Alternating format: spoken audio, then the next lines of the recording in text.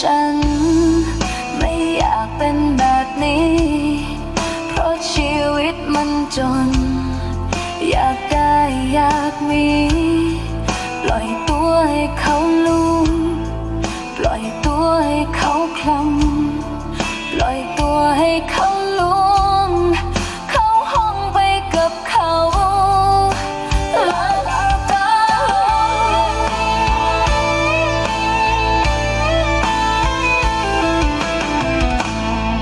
ส่งแม่ยามมีใจส่งพ่อยามมีไข้ส่งน้องยามลำบากขาดแคลนค่าเล่าเรียนมีใครไม่เข้าใจใครกันจะรับรู้ชีวิตคนอย่างฉันเอาตัวแลกเศษเงินใจสลายโอ้แม่จ๋าโอ้พ่อเอ๋ยสบายดีหรือเปล่าจากลูกสาวใจบอบช้ำหลับนอนไม่ลงอยากกลับไปอยู่กับท่านกลับไป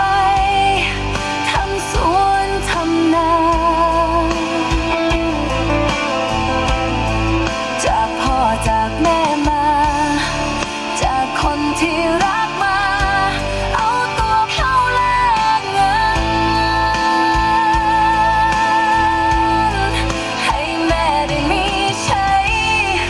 ให้พ่อได้มีใจให้น้องยามลำบากขาดแคลนค่าเล่าเรีย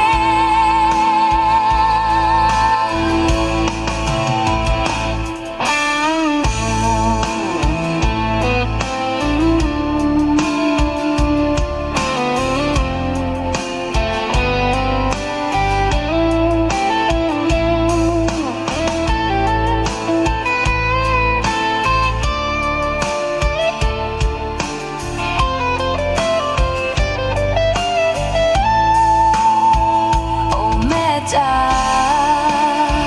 โอ้พ่อเอ๋ยสบายดีหรือเปล่าจากลูกสาวใจบอบช้ำหลับนอนไม่ลง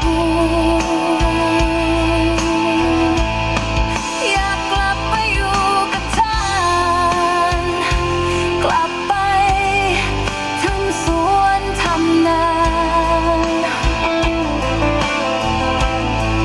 จากพ่อจากแม่มาจากคนที่รักมาเอาตัวเข้าแล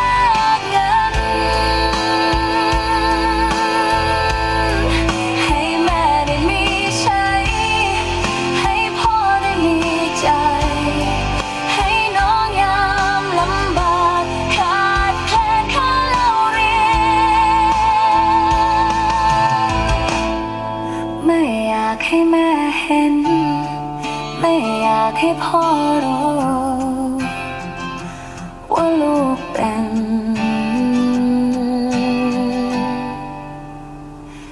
นางโง่